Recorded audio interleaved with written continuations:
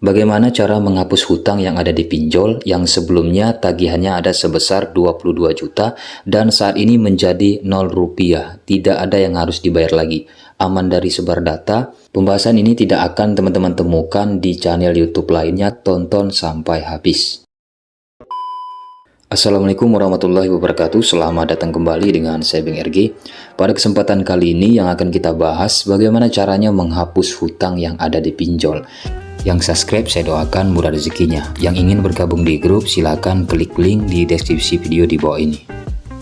Yang awalnya di sini bisa dilihat sebesar 22 juta tagihan. Kita bisa lihat ada kemakmuran, datang uang, 7 pinjaman, selamat meminjam, saku penuh, pinjam dompet. Ini total rata-rata 7 aplikasi ya. Ada yang besar di sini 4 juta. Ini saya sempat ngerekornya waktu itu di saat pencairan. Karena kondisi saat itu ada teman kita yang masuk yang kaget tiba-tiba ditransfer padahal tidak mengajukan ya. Itu banyak sekali terjadi kasus seperti itu. Total yang harus dibayar itu sebanyak 40-an ya, 40-an lebih jika dibayar semuanya.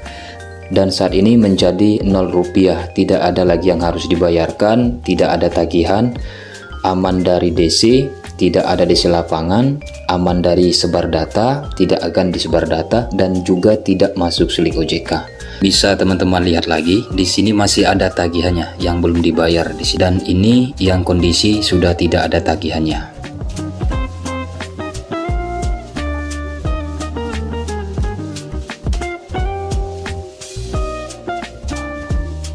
Lalu bagaimana caranya? Sebenarnya tidak melakukan cara apa-apa ya. Ini kita sering melakukan penyimpanan data fake secara berulang ya, rutin terus, maka aplikasi tersebut akan error. Ini buktinya ya, bahkan ada juga beberapa aplikasi yang lain kemarin ada dana darurat juga seperti itu, error juga, nggak ada lagi tagihan. Mungkin teman-teman yang pernah menghubungi saya pasti ngerti lah ya bagaimana penjelasan dari penyimpanan data fake itu. Jadi ini dilakukan secara berulang. Untuk teman-teman yang gagal bayar di pinjol ilegal, itu dibiarin saja. Tapi bagi teman-teman yang misalnya mungkin takut disebar data, itu segera klarifikasi.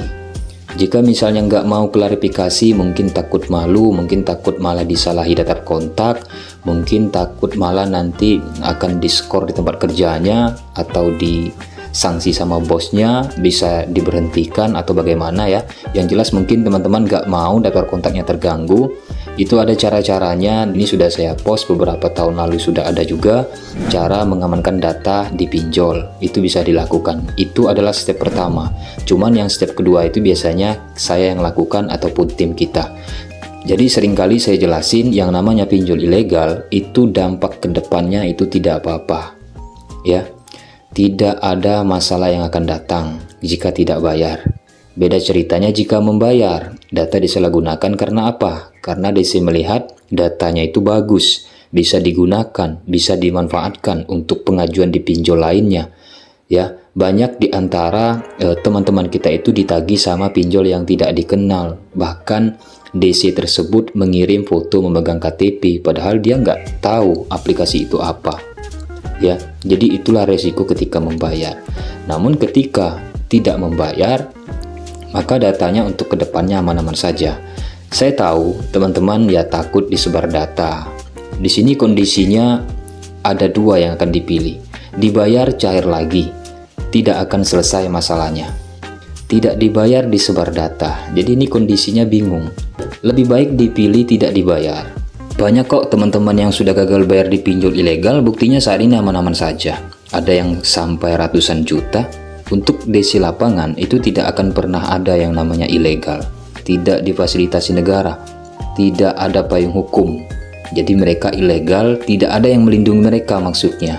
Mereka berdiri, beroperasi, usahanya sendiri-sendiri, ya mandiri, di kos-kosan, di kontrakan, punyanya warga negara asing, yang pekerjanya WNA banyak di bawah umur.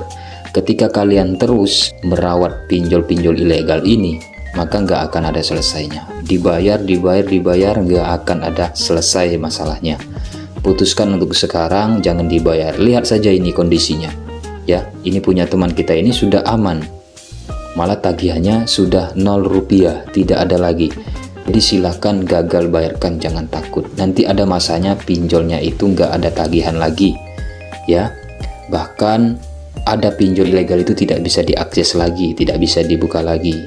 Mereka terus update, ya, terus update. Paling lama dulu itu ya 6 bulan. Tapi ini ada pinjol yang paling lama itu nggak lama juga, nggak bertahan, nggak permanen. Seperti dana darurat, aman cepat itu cukup lumayan lama bertahannya. Tapi nanti tinggal kita lihat saja nanti, pasti nggak ada lagi nanti. Mereka terus update, ganti nama, ganti sampul, ganti link, ya. Nggak ada di Play Store, bisa dicari di Chrome, di browser biasanya. Mereka nggak lama, beroperasinya nggak lama.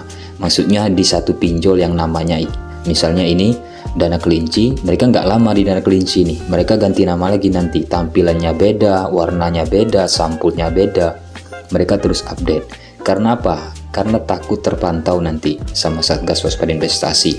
Ya khususnya pemerintah lah ya, takut kedetek nanti aplikasinya, lokasinya di mana, kegiatannya di mana, nanti mereka akan digerebek. Tentu mereka jaga aman, ya, bagaimana agar mereka tetap beroperasi, ya seperti itu. Di sini saya masuk ke TikTok, jadi perlu saya ingatkan bagi teman-teman, hati-hati jangan tergiur apapun penawaran-penawaran yang ada di TikTok, ya, yang akun-akun fake, yang orangnya nggak jelas, mereka menampilkan testimoni, itu kan bisa dibuat semua. Ya, jadi jangan mudah percaya, apalagi mereka mengirim misalnya legalitas resmi dari otoritas jasa keuangan.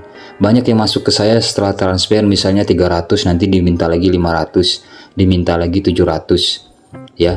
Ketika sudah kita nggak sanggup, nanti diblokirnya, kita nggak mau bayar lagi dengan alasan jasa-jasa amunisi, ya, berbagai macam bentuk, ya, cara-cara mereka untuk mengelabui masyarakat Indonesia yang saat ini banyak gagal bayar pinjol.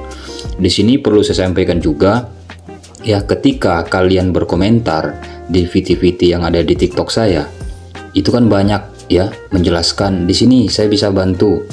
Contohnya juga saya kemarin gagal bayar 40-an juta, buktinya aman-aman saja, DM saja. Itu kan banyak komentar-komentar di VT saya, makanya itu ada sebagian saya filter, ya, komentar-komentar yang berupa jasa, ya. Jadi saya filter agar terhindar dari, ya, teman-teman yang lain yang mungkin, ya, akan tergiur dengan komentar mereka.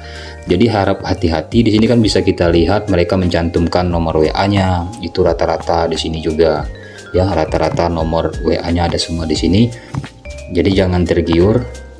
Ini yang pernah juga, ya, ada salah satu teman kita yang masuk ditransfer berapa kali, ini akunnya pernah Gary Hayansa ini. Bahkan saya ada buktinya, bukti transfer ke nomor rekeningnya.